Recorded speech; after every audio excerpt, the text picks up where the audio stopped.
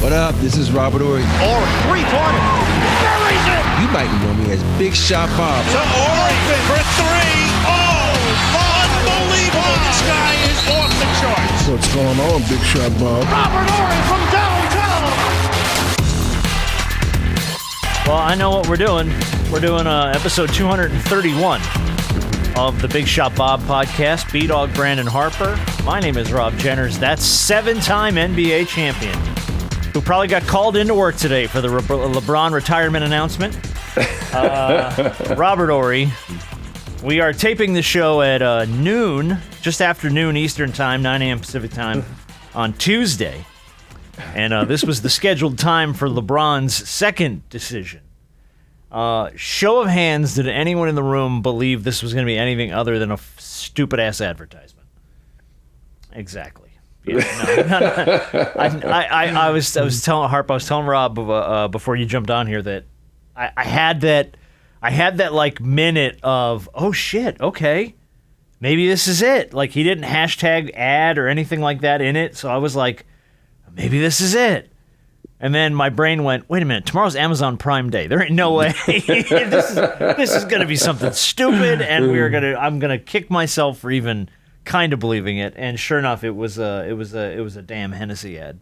Yeah, I woke up this morning, and when I turned on the news, I watch the same channel every day, and NBC, and it was like, oh, LeBron's making a decision. Are they going to do? You think he's going to mention the R word? I'm like, man, that's collab with somebody, man. I ain't believing that shit. 100%. Because it'll be a press conference. It won't. I don't think he would do just like, oh, a decision. I think he'd do a press conference, and he's going to have his kids with him and all that kind of stuff. I don't think he's just going to just step up there by himself. I'll give you a couple little quick things on this, and we'll move on from it because it was stupid. But here's really where I sniffed it out. Everybody was trying to figure out who the dude was sitting across from him. And people were like punching it into like Grok and all this, like, who is this guy? Who is this guy? And nobody could get an ID on this guy, which is like indicator number one. He ain't going to sit down and do anything important with some schmuck we've never heard of and cannot identify. This is some jackass hired actor for an ad. That's all this is. One. Two, when he sent out the tweet, tickets for the Lakers' final home game of the year versus the Jazz shot up. Lower bowl was going for like $3,000 a seat. Yep. Get in the door was like $445 to get in the door. So there are people that spent $2,000-3,000 on the most expensive bottle of Hennessy they're ever gonna buy. So if you were suckered into it, I feel like LeBron owes you some money. Here's the thing. I don't know why anybody's surprised about anything LeBron James does anymore. Everything he does is on the grandiose scale. When he went from Cleveland to Miami, that was the first decision. Grandiose. You got this. I mean, even when he went to the Lakers, it wasn't as grand, but there was something behind that. Obviously now he's making this move over to Hennessy, really, who cares? But people should not be surprised at anything that LeBron James is going to do. It's going to be of this magnitude. Of course. And he's going to troll everybody on the way. It's just, he knows that he has everybody. He has every media outlet. He has every player, every athlete, really, in all over sports, eating out of the palm of his hands. So guess what? Yeah. We're not done with this yet because he hadn't retired yet. Oh, no, he's the boy who cried retirement. Yeah. So I'm not saying that I'm the biggest fan of it, and I know I hate LeBron, blah, blah.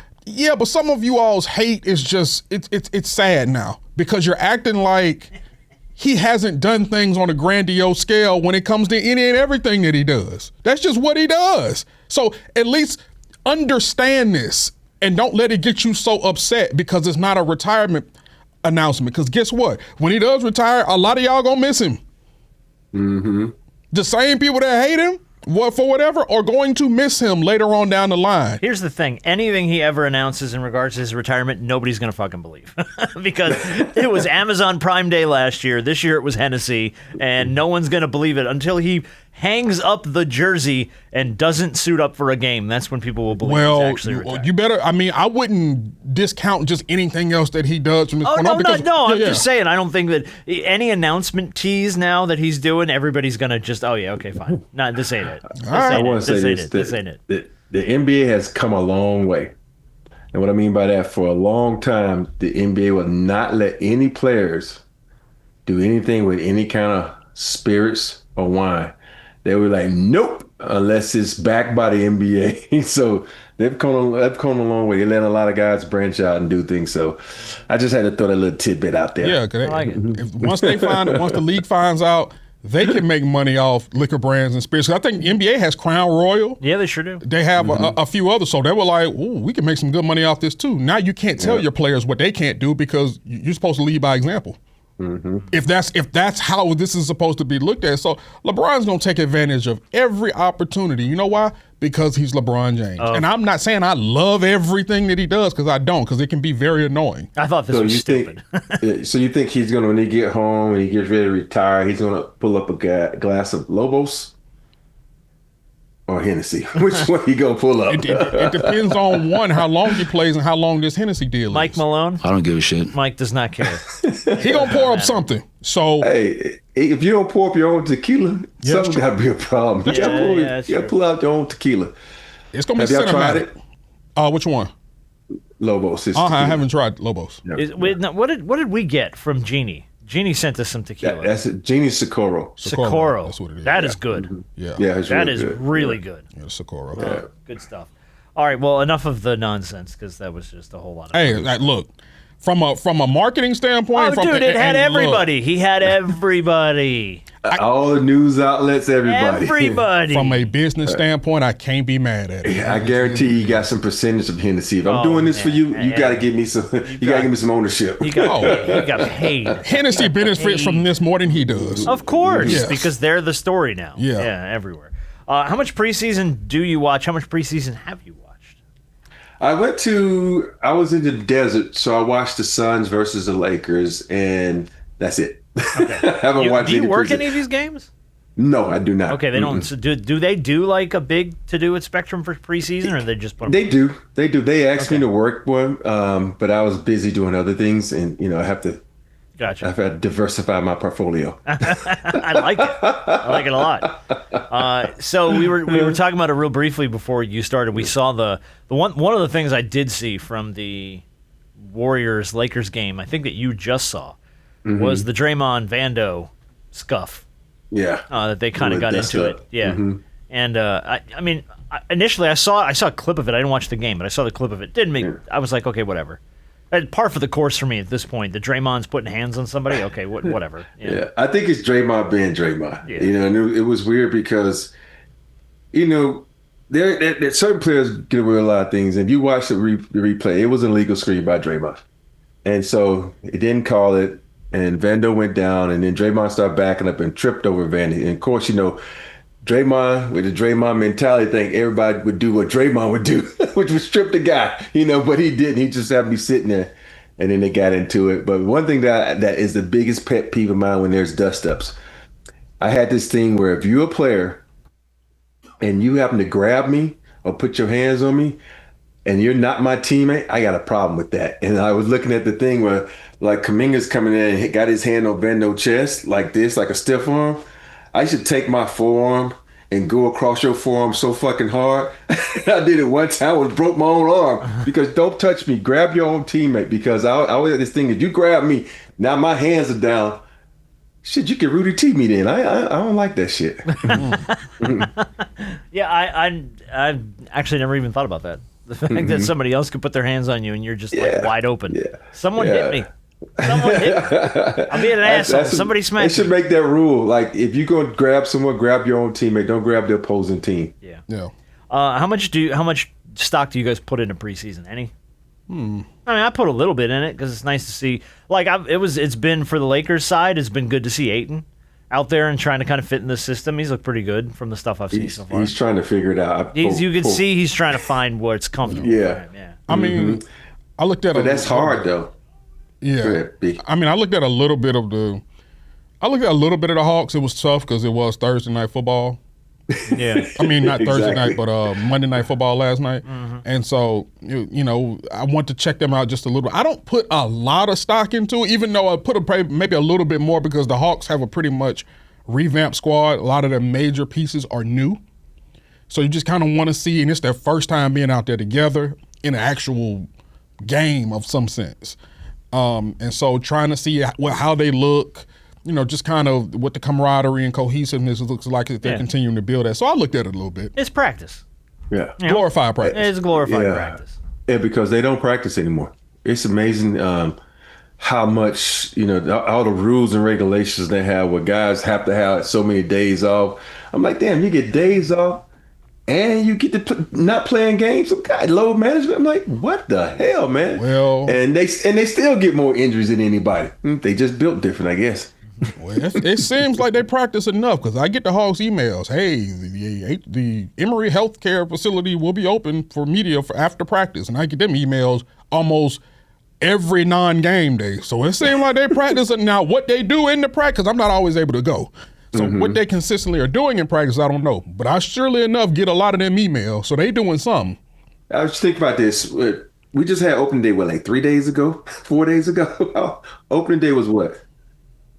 For what? For preseason? Like media day, yeah. Media Last day was week. last Monday, yeah. Yeah, so you think about this. We had a game within 3 days of media day. Right. Yeah.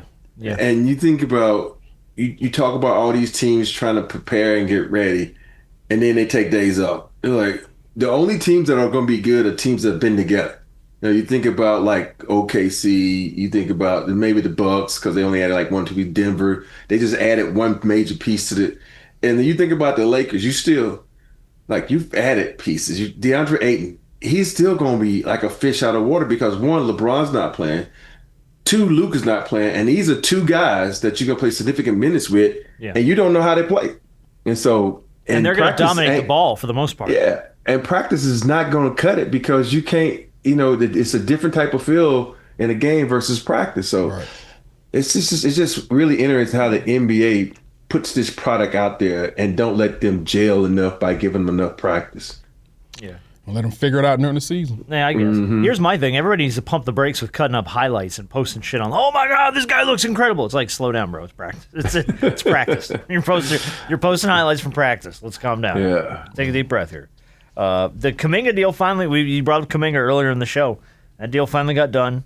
Everybody's kind of, I don't want to say trolling him, but everyone's kind of like confused because it happened the night before the deadline to accept or reject the qualifying offer. He took a 2-year deal worth $48.5. It came with a team option for the second year, and he waived the no-trade clause, which they had said for months that was pretty much, there was no chance they were going to do that, and then they ended up doing it. So they did pretty much the opposite of what they've been standing on for the last several months. I just don't understand why they did it at that point. Because he didn't want to lose no money. I had to be, right? That's like, what it this boils is it. down You take to. it or you walk. I mean, like, I don't know what the ultimatum was there. Hey, because one thing is the Warriors probably like, well, we'd be all right without you. We got Jimmy Buckets, we got Steph, we got, Draymond. We'll be all right without you. And so they're like, oh, you're going to sit on this, you're going to lose money because we going to put you in a bad situation where we can just say, okay, sign it or not, sit there. We have your rights. We just, because they know at the end of the day, guys they don't want to lose that money because it's too hard to come by. Yeah. I think some of the vets may have gotten in his ear and told him or reminded him that, because you got to realize the Warriors are the oldest average team. I mean, they're the oldest in average age in the league. Yeah. And Kuminga's one of the younger guys on that team, and they are going to need his youthfulness and his energy as the season goes on. So I wouldn't be surprised if, Steph, Draymond, hell, maybe even Jimmy have maybe gotten into his ear and said, hey, look, whatever the issue is, can you find a way to move past it because we're going to need you this season?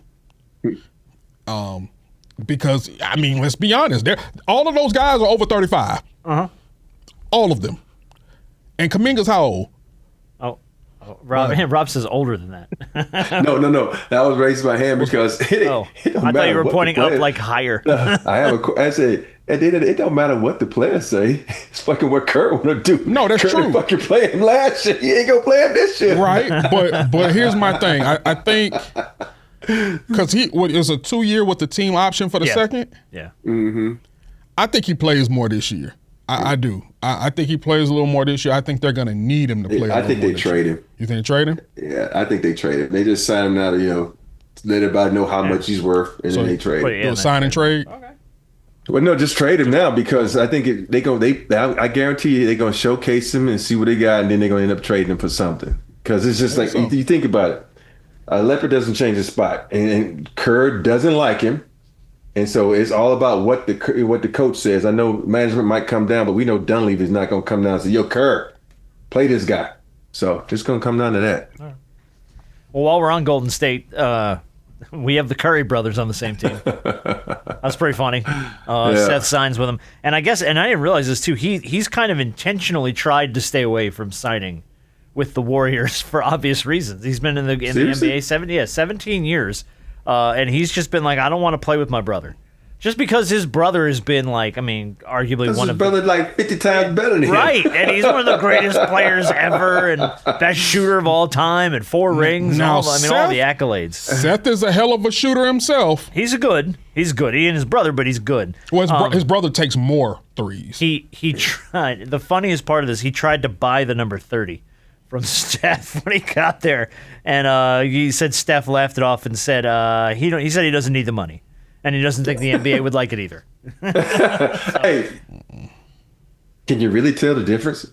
It's Curry on the back. I know. What's the difference? Oh no! You know what the difference is when those shots start banging off the back of the rim? That's going to be. No, I'm just saying though. He can wear the jersey. It says Curry. Oh, I know. Still buy it. It's still Curry. But those half-court shots ain't going in. That's all I'm saying. Hey, at the end of the day, someone like, Dad, I want a Curry jersey for Christmas. Oh, here you go, son. You got to. I thought Curry. I thought Steph was How many 31s are going to be like, what the shit is this? Nah, you're not going to be able to fool kids because they know exactly what number Steph Curry is. Yeah, 31. Yeah. 31 is one more. Yeah, no, he changed his number this year, son. But I think that's a good more shooting. More shooting. Now, I don't know how many minutes he's going to play, but that's a guy coming off the bench who. Man, he in the 17th season. You got 3 young bucks that play in front of him. He doesn't shoot the ball as well as Buddy Hield. He ain't getting off that bench unless somebody gets hurt. Well, what did he shoot last year? It don't matter what he shot last year. It's about what's on the team already. I don't even know where the hell he played last season. He can still shoot the rock, though. He can still shoot the rock, but you can't have him and Steph on the floor at the same time. Draymond can't guard 5 people. Oh, no. I'm not saying have him on the floor at the same time, but I'm saying coming, like I said, at some point in time, coming off the bench. Yeah. It's going to be really interesting if he gets up any minutes. Because he didn't hit. How many minutes did he play last season? Not that many, I don't think. He wasn't in Dallas last year, was he? I'm trying to look it up. Charlotte. Oh, yeah, he was in. He played in 68 games. He averaged 6.5 points. Okay. What was his it doesn't say what his 3-point percentage, 45.6. 83 for 182. He took 182 threes. But, when you're in Charlotte, that's... Yeah, but, that's 45%. But think about all those threes he took and what his average was. He led the league. It says he led the league last season, 3-point percentage. You sure that's the right Curry? No, I'm looking at it. It says Seth Curry. That makes Look sense. at his ass with a headband on and a Charlotte Orange jersey. That is Seth Curry. Now, he doesn't take as many threes as Steph, obviously, but for a guy like that coming off the bench and his percentage being that high, yeah, that shooting runs in their family. That's what that is. Yeah, the one thing that we don't talk about, though, is Golden State loves guys who can play defense. So we know Seth. Yeah. Well. So it's going to be interesting. That's all they didn't sign him for that. No. Signed him for his last name. No, I'm just kidding. All right, Lo. I did want to follow up on something from last week. And I also have a pretty funny piece of audio from Cooper Flagg we're going to play here in a second. Last week, Harp dropped this on us and said that the Hawks were the average tallest team in the NBA, which I couldn't believe. Mm-hmm. So, and it's not that I don't believe you, but I went and did some homework on this because I was like, how is that the case? And I looked it up. They have 13 players on the roster that are taller than 6'8". Damn. 13 players. Dyson Daniels. I can't pronounce half their names. Ricochet. Krejci. Caleb Houston. Jalen Johnson. Bassie. Dante. Newell. Kristaps Porzingis is 7'2". 13 dudes on the roster. Yeah. Now, height doesn't necessarily translate to wins, though. Of course not. No, but I was floored by that. I mean, do you think that was intentional on their part or just something that landed like, shit? I think there is a level of intention there because we have a league where in positionless basketball, quote unquote, and so many guys can switch and be versatile. I think when you have that kind of length, not all of these guys are defensive guys, but you hope that their length and their wingspan can kind of, at least their attributes can kind of make up for something that they lack defensively. But I do think that's intentional because you have some of these wing players in the league. You look at guys like Jason Tatum who are 6'8", 6'9". You look at so many of these other gifted athletic guys with this height. You need bodies, and you need big bodies who can move their feet and who have a level of athleticism. So I think this was intentionally done. Now, I mean, when you step back and you kind of look at something like this, most people wouldn't, like you said, most people wouldn't believe that the Hawks would be number one in anything, let alone something like this. But I think this was intentionally done from the standpoint of not only do you have the height, but now you have the level of athleticism. Now you hope it just all comes together on the floor. At the end of the day, can't teach size. Yeah, It's true. Now, So I think that's a great move by them because though every one of those guys you mentioned are athletic, and I think at the end of the day, they know they're playing with a dude that's going to take a lot of shots. So you need like extra possessions. You need guys that can go fly and play above the rim. So I think that was intentional, but also I think it was just best player available. Also, you sometimes guys when they draft have player availables, they're like, well he doesn't fit because he's a 6'8" guy. We already got this guy. No, you take the best guy available. I got news for you. I'm actually looking forward to seeing the Hawks this season. Seriously? Like, I really want to see, I've had years where I've been like, I don't know. The last couple years, I've been like, I don't know. I like what they've added, and I'm actually kind of really excited to watch them play this year. I will say this. There is one guy that is shorter than what's listed. Dyson Daniels ain't 6'8". Oh, he's listed at 6'8". Well, look, I will say they lied about that one. Because he's probably 6'5", 6'6" at the most. Okay. Damn. He that short? I'm standing right next to him. How tall are you, B? I'm 6'1" and some change.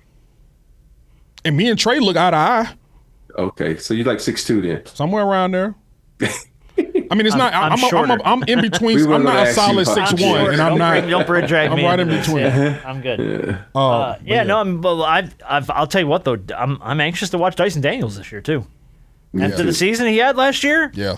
And with a little bit of an improved roster around him and some size and, I mean, healthy and, dude, I don't know, man. I think a lot of people are excited about Atlanta. If you ask most people, Atlanta was the one team that a lot of people felt had not only the best offseason when it came to signings, but also had one of the better drafts in grabbing a guy like Asa Newell out of Georgia.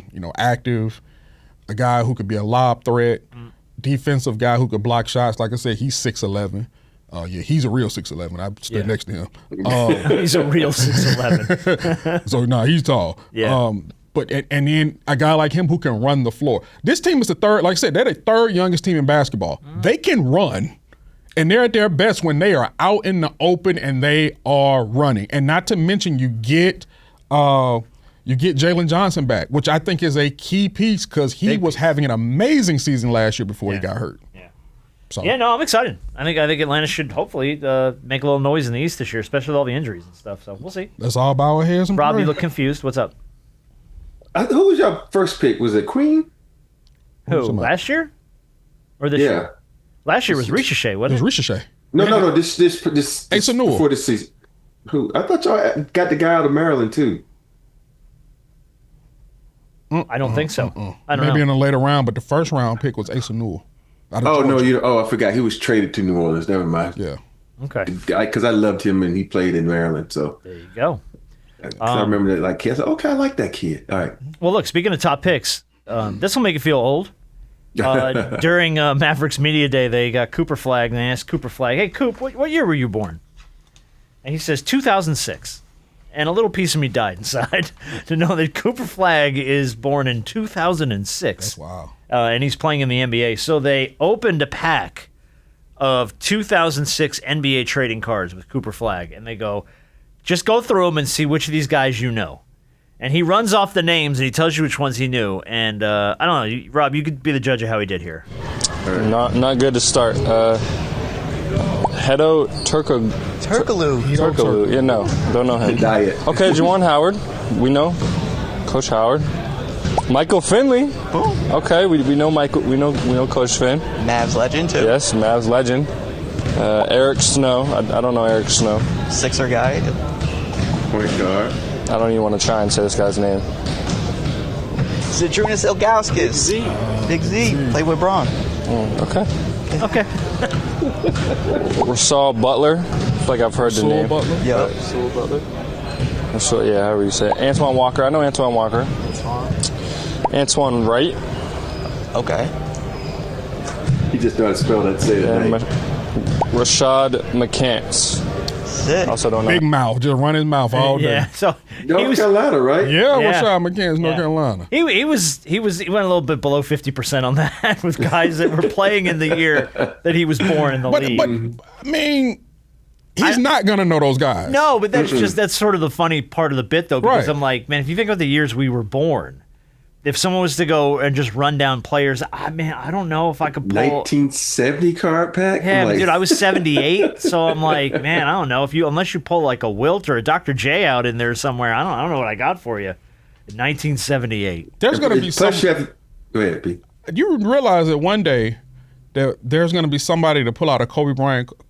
Kobe Bryant. Who is that? Don't please. That would hurt my heart. I don't think that one. He's too iconic, He's man. too, yeah. I mean, There are people who don't even remember that Shaq played basketball. They remember for him the commercials. So what makes us think that we're not going to be in a time where some people see Kobe and they're like, "Oh, he's the guy that passed away." He was a yeah, legendary they'll know him basketball for the wrong reason. Yes. Yeah. Like my daughter was that way though because she went on she went down a YouTube rabbit hole a few weeks ago because she was like, she goes, "Dad, did you know how good Shaq was?" I was like, yeah, I kind of knew that. We watched him play, and she's like, yeah, like he was really good. Like she was watching all these Shaq highlights, and she was like I knew he was like a famous basketball player, but like I didn't know how good he was. And it's like, well, she never watched him, and she never, that wasn't her era. She didn't know. Well, So- I have to admit something. So when I was, you know how you do those visits, and I had to do one of those. I went to Denver, and they were like talking about, yeah, your coach. I'm like, Dan Issel. I'm like, who's that? He was like, you don't know who Dan Issel? Like, no. Number one, if we draft you, he's gonna be your head coach, and he was a really good player that played here. Went to your conference, Kentucky. I'm like, never heard of him. So I get it. You know, now that when I got in the league and started understanding, you know, talking about basketball, I'm like, okay, I know who Dan Issel is. So I understand. I get where he's coming from. It was just funny. It was a funny bit they pulled on him though, because it was like, and they didn't mean to make him look like ignorant or anything, but it was just funny because it's like, damn, 2006 feels like 5 minutes ago for us. You know what I mean? I know. That dude was bored in 2006. I'm like, shit, I moved to Atlanta in 2006. I can tell you, I was really hot in 2006. Oh yeah, you were down in Santa Ana, weren't you? Yeah, 2006, 2007. That was a good year, though. That was a good year. A That good was a good season, year. I should say. That was your last one, right? No, Was it last year? 2007, 2007, 8 was your last Yeah, year. 7-8, my last There one. you go. Everybody is gonna become the person who looks at the younger person crazy because they don't know who they're talking about. Dude, it's I haven't gotten there yet, but there may be even some people that I know about because I went down, you know, a YouTube rabbit hole, or my pops told me that if somebody younger than me didn't know who they were, I'd look at them funny. And I wasn't even alive when they really played. But it's just because I'm a sports fiend that I'll go down the rabbit hole and look at stuff like that, and it almost kind of feels like I was there when he played. So when they don't know about him, I'm like, you don't know about this dude? Yeah. Like one day people aren't gonna know who Michael Jordan is. Yeah, they will, because they still be wearing the shoes. Yeah. That is true. but just They'll know him because, as the shoe guy. but just because, just because you may wear the product, that does not mean that you know what this person was good for. Like, did you? Oh yeah, you talking about the guy? Oh, the shoes. Yeah, but you do know that he's the greatest player of. But think about this: in 20 years, someone else is going to come in like, "Oh, Cooper Flagg is the greatest player that ever played the game." They're going to forget about Cole, LeBron. I mean, just in a MJ. Mavericks jersey, Dirk, who came before him. I mean, they'll be like, oh, no, it's Cooper. It's just what but it like, is. I mean, but that's how I felt when my dad used to talk about, like, Mickey Mantle. Because that was my dad's idol as a kid, was Mickey Mantle. And I was like, I never got to see Mickey Mantle play baseball. Yeah. So it was like, and you can't really, I mean, you kind of can, but you can't really, like, YouTube highlights of Mickey Mantle. You know what I mean? It's like, it's just whatever archive exists. Either Right. you saw it or you didn't.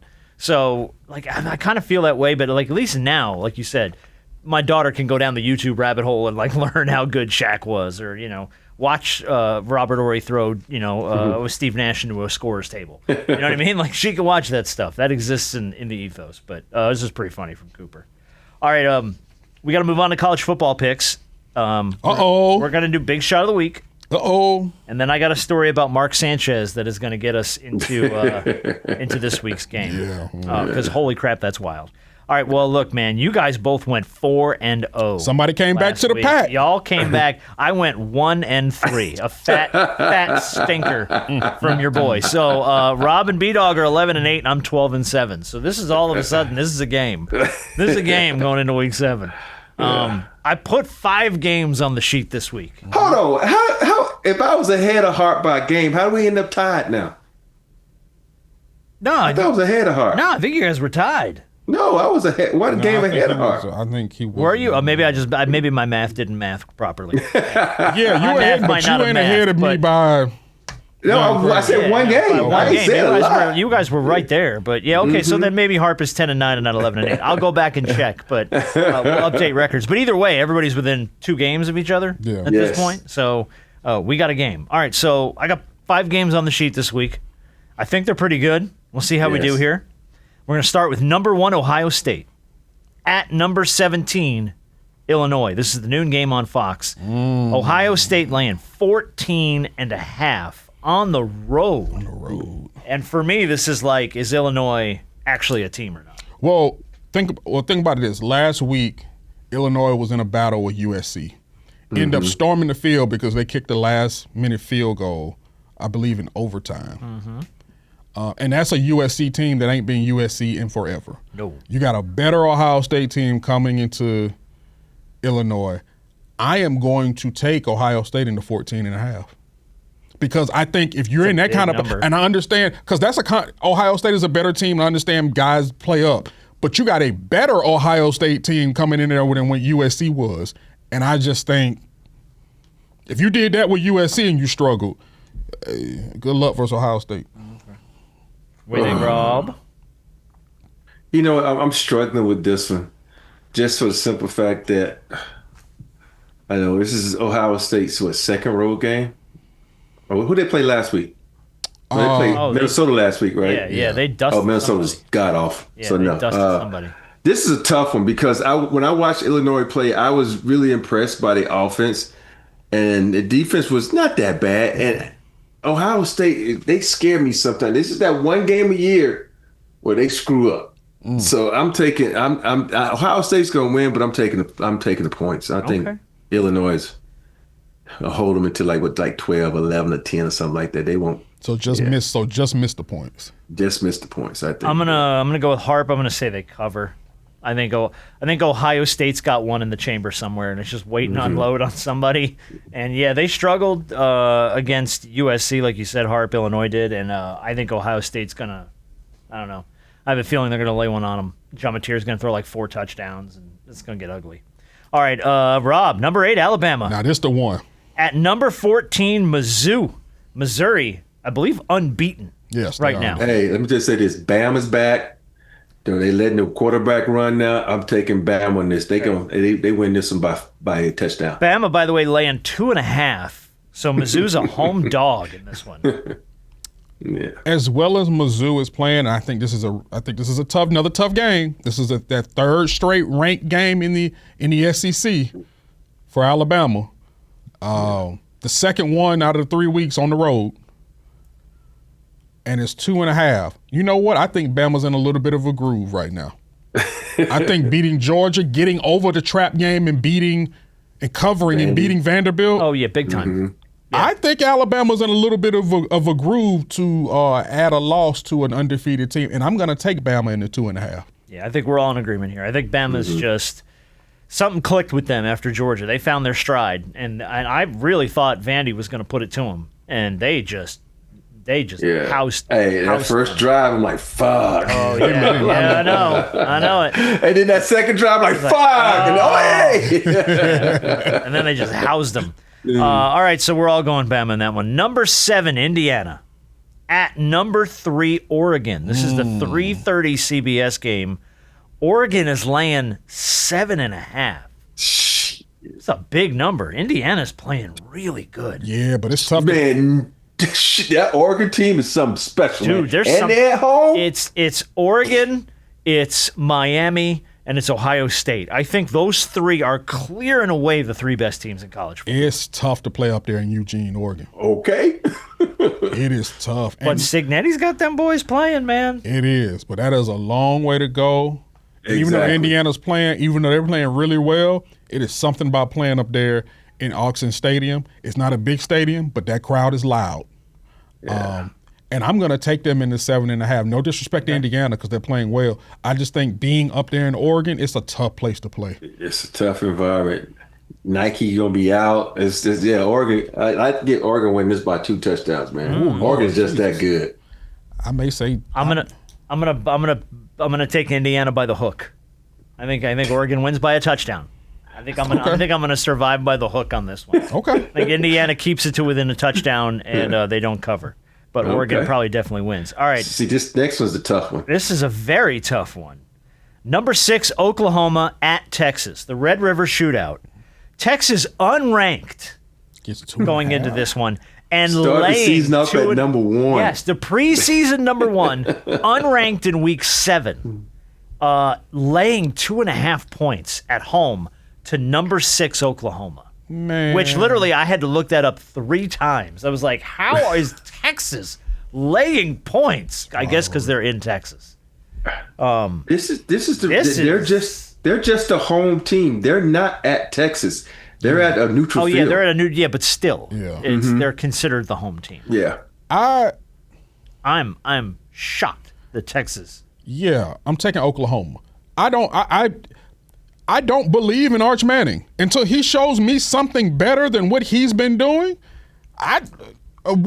You're putting too much pressure on that Texas defense, and as talented as they are, if you can't generate and score points, and you're going to turn the football over, you're going to tire that defense out. I hate to say this, I'm taking Oklahoma. Oklahoma. That offensive line of Texas sucks. Oklahoma's defense has always been good. So I'm taking Oklahoma in this one. Don't put too much dip on your chip. They ain't always been good. don't keep going a little too far. Their offenses sucked. Yeah, you're right. 3 years ago, the defense sucked. Well, most of their existence, the offense has been good, and it's the defense that's been suspect. The new defensive coordinator, guy like 2-3 years ago, has changed them around the defensive minded. So and Brent Venables came from Clemson and was the defensive coordinator. Yeah, right. I'm with you both. I think Oklahoma. I've lost all faith in Texas. I just don't have it until, like you said, until Arch Manning shows me something. What am I supposed to do? Now going to the How swamp, do I pick Texas? Right, and going into the swamp last week is tough, and I get it. And Lagway wasn't playing well either. But that Florida team had. Florida's okay at best. Right. They are not. They should not. You're right. The swamp is tough. There's no way they lose that game to Florida. Florida's an okay team. They're not good. They're just okay. And you got to think about Florida. It's hard to play in the swamp. They got their best receiver back, and that makes a big difference. And it was. I know, but still. All right, last game on the docket. Then we're going to move on and have some fun here. Number 10 Georgia at Auburn. The oldest rivalry in the SEC. The oldest rivalry. Number 10 Georgia, laying 3.5 to Auburn. Oh, I think. Oh, give me Georgia with the 3.5. It's going to be a tough game. Auburn is getting a little better. I think slowly, surely getting a little better. But I do think if you're going to, they were ranked at one point. Yeah, they were, but they've lost 2, lost 1. Yeah, I think they've lost a couple. I think they've lost 2. But I'm going to take Georgia with the 3.5. Okay. Definitely Georgia. I wouldn't even if the Podunk school of the blind was playing Auburn, I would take that school. I'm not taking Auburn in anything. I'm taking Georgia. The fact that that's the 7:30 game, I mean, I understand it, but the fact that that's the 7:30 game is a little interesting. Well, just I think because of the history of the rivalry, it's got to be, right? Yeah. Because it's at Jordan Hare. I would have liked. Well, it's because it's an SEC game. ABC is SEC now. Yeah. Right, so what's the bigger game? Oklahoma is a bigger game, so they have them in the prime time, and then they threw this one. They have to have those. Yeah. It's the 3-game weekend they have. So SEC. I know 3:30 on the SEC on CBS was the thing, but now 7:30 is a prime time spot. It's a prime slot. It's the only game going on. It's a prime slot. But I'm with you, dogs, all day. Auburn's 0-2 in the conference. They're 3-2 on the year. They were ranked at one point. They've not shown me anything to believe in.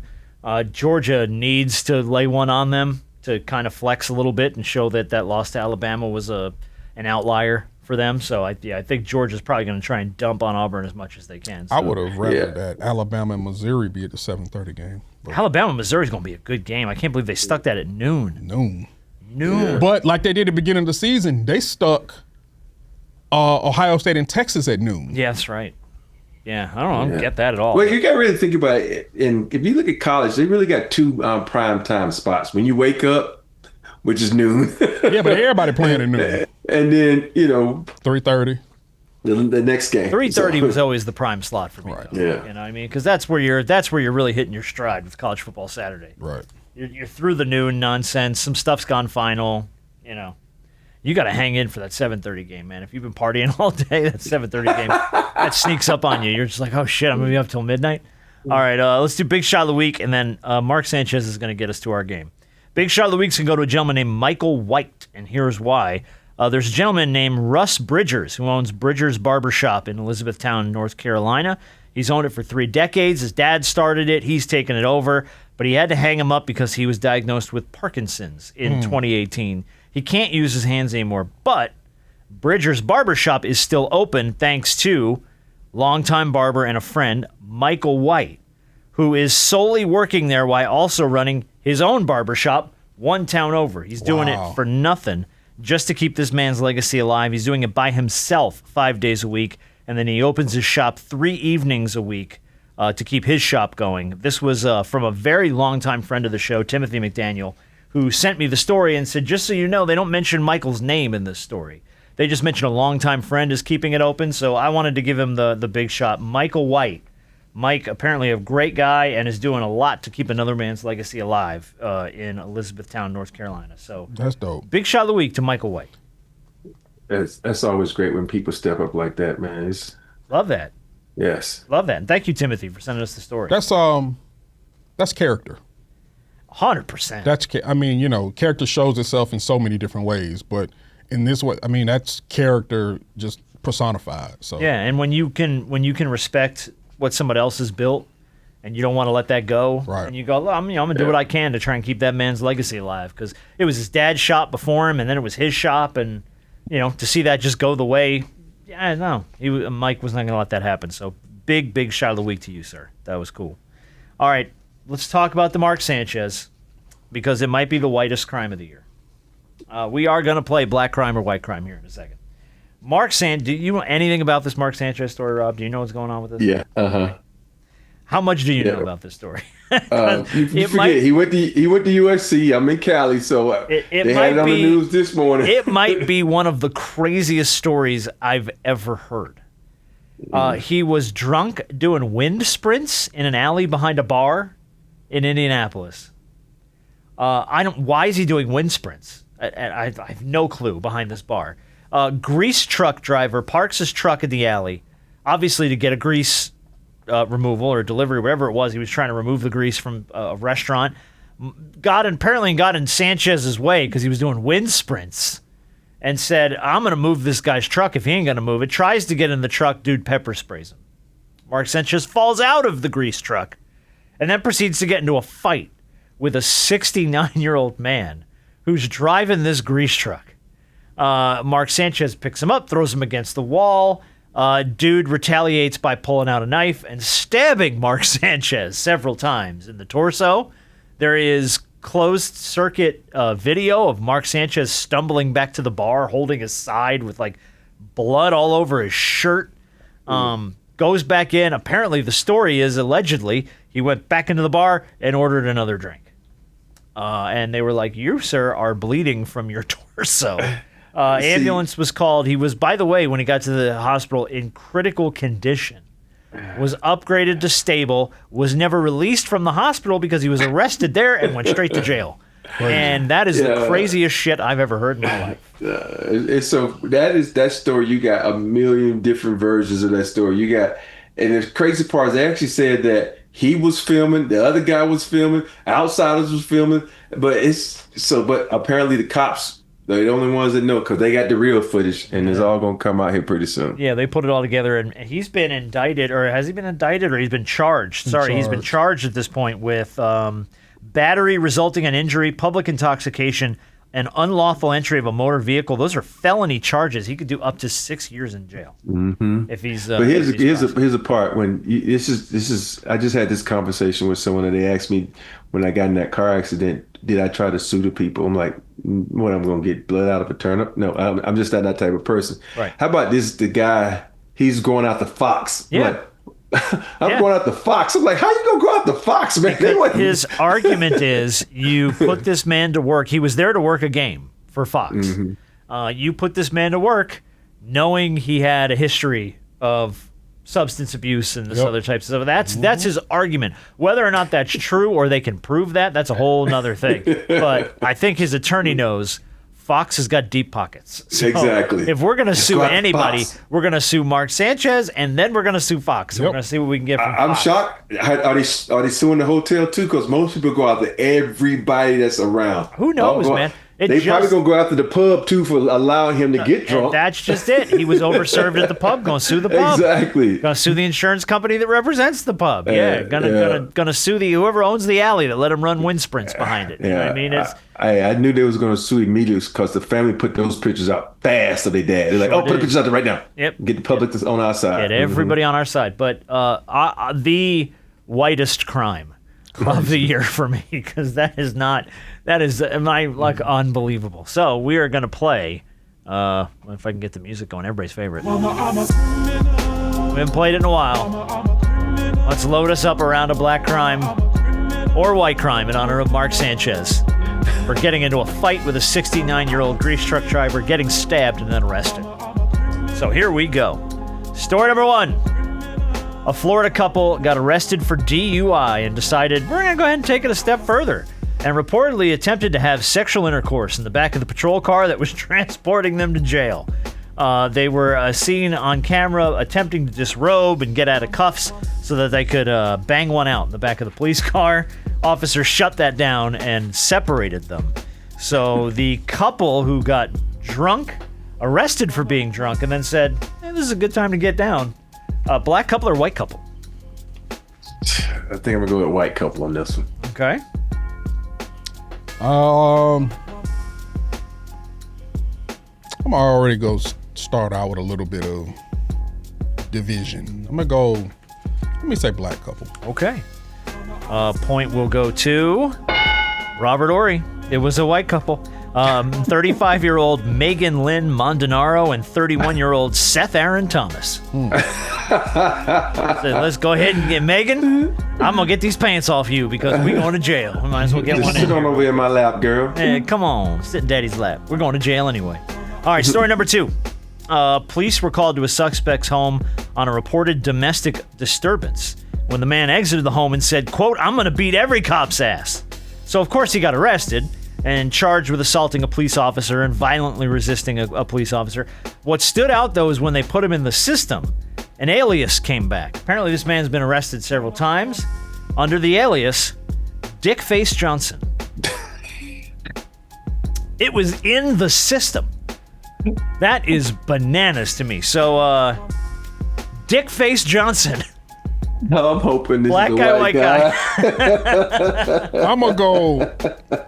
I'm gonna go white guy with the hopes that is the case. Okay, so I'm doing the same thing. everybody's I'm a white hoping guy. it's a white guy, and everybody's hopes are dashed because this was a black man. Hey, Jeffrey you should know Forrest by the Poole. last name Johnson. Jeffrey Forrest Poole is a black man. Dick Face Johnson. Dick Face Johnson. If you use a name like that enough where it goes on your police record as an alias, that's you're problematic. You can come up with a better nickname, bud. All right, story number 3. A shoplifter was arrested after pinching a bottle of vodka from a liquor store, but it really didn't take Sherlock Holmes to find him because he left his name and phone number with the clerk who he had asked out on a date. So he asks the clerk out on a date and then decides, here's my name, here's my phone number, now I'm going to steal. Black. So they got him on camera stealing. White. Black guy, white guy. Oh, we've got division again. Point will go to Robert Horry once again. Aaron Morrison, a white man. I always said this. Look, He pinched a bottle of vodka. when I Just lose, gonna let that sit even when I there. lose, I win. The story of this game, man. I tell you what. Even when you lose, you win in this one. All right, story number 4. Robert Horry up 2-0. As 2 men waited in line at a coffee shop to pay their bill, they're kind of brushed aside as a third man cut in front of them. The third man threw a drink at the clerk behind the counter and demanded all the money out of the till. Well, the 2 men in front of him were a little surprised because they were fully dressed police officers, who the man did not notice when he brushed past them to demand all the money in the till and threw a drink at a clerk at the coffee store.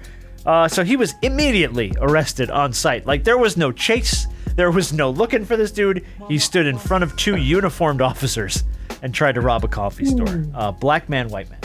Black. White. Back in the game, Heartman.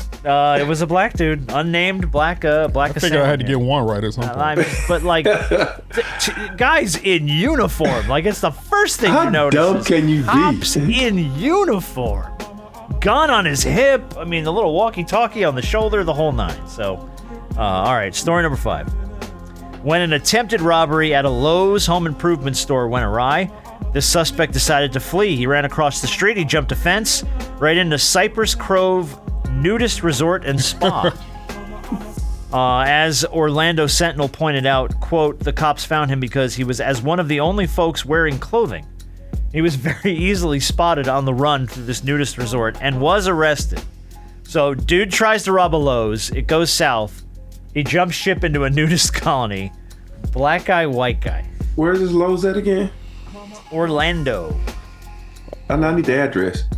Oh, you need to know what part of Orlando. Yeah. I'm gonna I say need to go. I'm gonna peep over this dude's fence.